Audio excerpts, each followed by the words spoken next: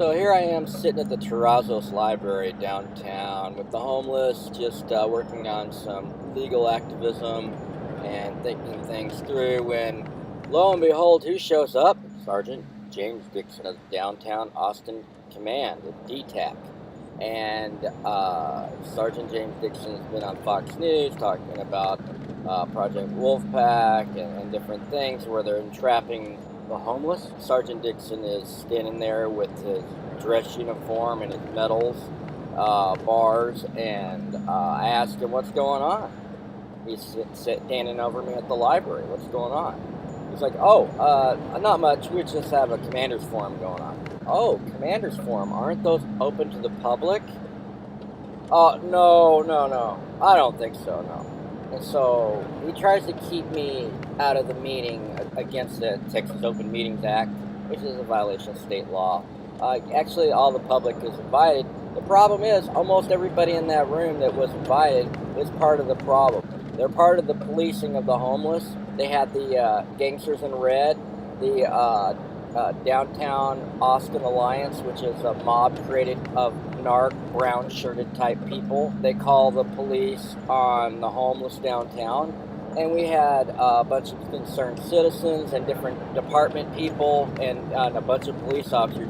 All of them focused on targeting the homeless. No dissenting opinions, nothing to really consider, just go, and just a bunch of charts on how much money, how many arrests they've had, how many felony arrests, minimum 6-month felony arrests for people laying on the ground with money hanging out in cell phones, and the homeless or allegedly robbed them. So, they've had a number of things, bicycles, that are trap bicycles, to entrap the homeless. Basically all sorts of homeless entrapment measures, but hardly any measures were mentioned to help the homeless. So I raised my hand a few times and asked a few questions and started directing the conversation into what about the homeless rights and what about helping the homeless and what about alleviating a problem and solutions. And then the commander spent a few minutes talking about the HOST program, which is the city of Austin has put together a team of APD, EMS, caseworkers to help people that are on the streets one by one. And they are making a difference, a small difference. It's a very small program compared to the number of arrests they've made. So it's clear where the money and intentions are spent. And I think it's unethical, immoral, inhumane, and illegal, against violation of international human rights laws, and I wanted to be included in the conversation and have the Challenger newspaper included in future conversations, not just echo the Arch and the police and the Downtown Austin Alliance, and a few concerned citizens that hate the homeless. So you'll see it in the video. You'll hear me interject, and I changed the tone of the forum, but I just wanted to release this out to everybody who would be affected by Austin policing, and I want everybody to be open and transparent and see what's going on with your tax money. And as a reporter, I have a duty to, and as a concerned citizen, I have a duty to let you guys know this. In the name of transparency, here we go. There really is a lot of people coming to this commander's forum, considering nobody knew there was a commander's forum. The Downtown Austin Alliance is here. We got some sergeants, other people. Let's see where the unmarked cars are. So this is an unmarked car that the Attorney General didn't want to give me access to. Got one. That's another unmarked car. We got this clown. There's Mercedes. There's another unmarked car. Ford Explorer. Policed out. Here's another unmarked car. This is a good day to look for unmarked cars. Your gold car. Another Ford. We're gonna have a good meeting. I can see. Oh yeah, there's a camera there.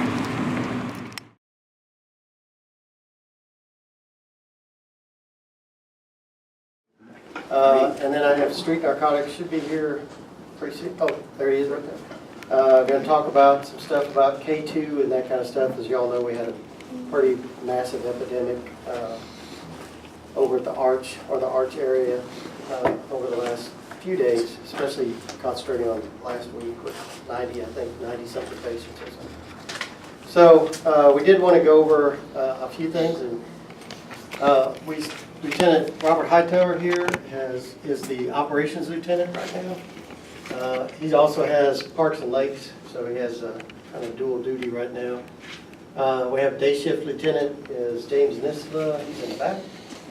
He's a patrol lieutenant. And then Ryan Adam and John Herring are probably out on the road right now. And then Lieutenant Alan Hicks is the night shift lieutenant. This is some statistics. I hate to bore everybody with statistics, but you can see, I know sometimes it doesn't feel like we're doing a lot downtown, but we actually have initiatives running almost daily. Every Monday and Thursday we run initiatives on aggressive panhandling in particular, and then sometimes we'll concentrate on robbery initiatives or other things. Sergeant James Dixon, he's in the back, and he'll come up here and tell you a little bit about MedTAC. We have a MetroTAC unit, which is kind of an all-around unit. I can use them on patrol. You know, it's a full shift. They can be undercover operations or any mixture of that. Traffic, whatever we happen to have going on in our area. But you can see that this is some of the operations that we run and what kind of arrests we've made. And this is just the past, I think it's the past 90 days. We just wanted to see since the last Commanders Forum. So this is, you can see some of this stuff we don't do very often, bus lane compliance. Sometimes we'll get somebody will complain and we'll run the bus lanes. But some of the other ones, spotter operations, are when we use the halo cameras to try and pick out the drug dealers, and then we go in and get the dealer, that kind of thing. We can, high visibility, I just want to run through a couple of these. Let's see, the BO, that's burglary vehicle, burglary resident operations. We're having some issues, especially in this area. This is George 1 over here. That's the district name for this area. And we were having, because this is where a lot of houses are, that kind of thing, we were having a lot of property crimes over here. So we ran extra duty over here for quite a while. We have something that came online a few months ago. It's called the Business Intelligence Tool that we use now. And me and my team meet every Monday and Thursday to do what we call rapid response. We look at the data, we look at our hot spots for our crime, and then we can focus patrols in that area because, as you know, we only, especially during the day, we have 10 officers if everybody shows up to cover the whole area. This side was, the other 3 districts on the other side. So if we're having issues in some place, we can immediately target that area. This tool, it's called intelligence-led policing. It's really cool. It can pin it down to like, Wednesdays between this time and this time in this area, you're having a lot of issues. So you might want to concentrate some patrols in that area. It's not a guarantee. It's not like it's predicting, crime, but it's showing that there's a pattern there and that we need to address it. We, the sergeants on the shifts started using that. They use it at least twice a week. They'll pull it up. They'll look at their area. They assign their patrols accordingly. And we dropped it. The next month, when we worked a little pilot on that, we dropped it down to 0 property crimes in this area by just using that tool, focusing patrols, and that type of thing. So then we expanded it to the whole sector. So all the sergeants should be doing that at least a couple times a week, looking at the crime data and assigning their officers appropriate. This is an operation funded by the DAA. We call it Boardwalk. Basically, it's 4 officers assigned during the day. They're being paid on overtime by the DAA again. So thanks to them for all the support. The DAA really supports us a lot. So, but they do walk and beat patrol in what we call the core, which is 6th Street, Congress, 4th Street, all that area. They can walk anywhere around there. They can even walk out of that area, but that's where we have most of our issues. Their job mostly is to protect the people that work downtown and the businesses, to try and keep the homeless population from gathering in spots and that kind of thing. But while they're out there, they make contacts. It's a friendly type situation. We're not out there, we're not being tasked with a bunch of arrests or anything. It's about interacting. They can contact our host team, which I'll say a little bit about. We just presented at council today about that. And we can get some people some help, or we can move the criminal element out of the downtown area, and that's what the whole job is. We're trying to find that criminal element that's preying upon the homeless, that's preying upon the business owners, that's preying upon the employees and the visitors. And so what we do is that's how we do it. This is a great program. We're hoping that it shows the stats, and the stats so far are off the charts as far as how many contacts they can make just by walking. And a lot of times they're on bikes. I won't say they're just walking, but it's very visible patrol. People can ask them questions. They can give directions, whatever it happens to be. We also have Jayhawk here at night. I keep calling it Jaywalk, right? Jayhawk.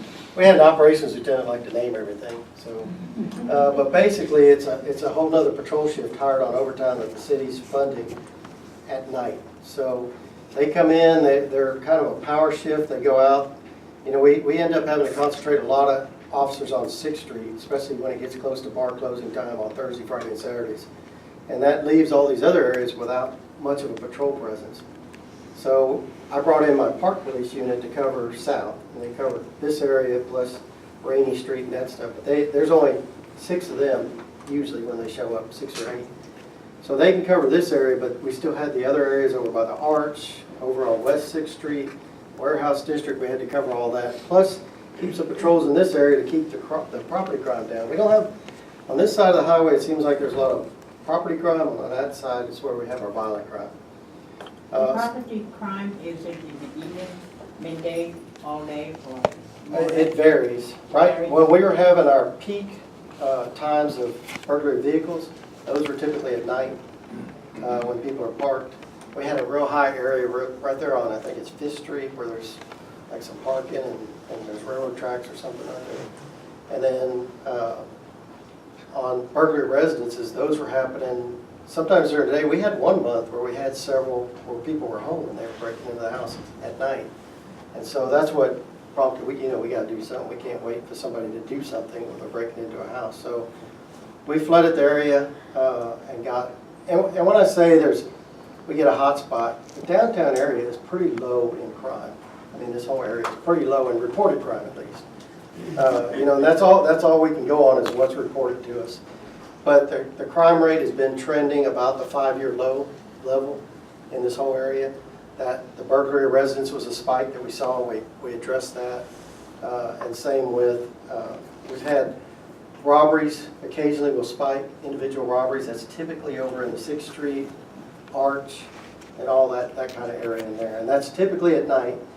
The prime victim is a drunk person, usually walking alone, and 20 to 30 years old. So probably college kids or something. They get drunk, they walk around. Because one other thing that we've had, and I think I've said this in the past, is we have a lot of our auto thefts turn out to be misparks.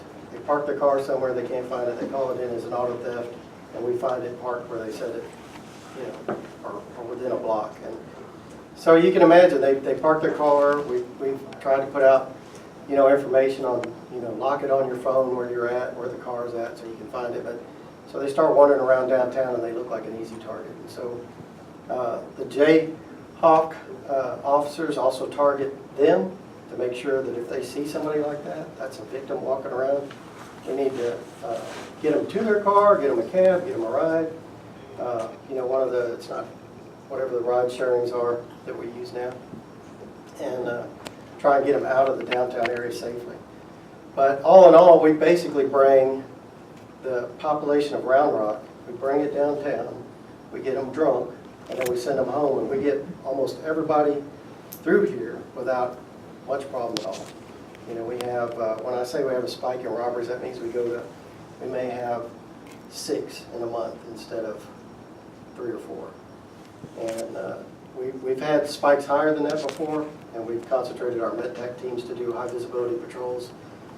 It's hard to prevent robberies, so that's when we started kind of looking at the victims. What is the victimology on these? And we started really watching those and trying to just have a visible presence around them, if nothing else. I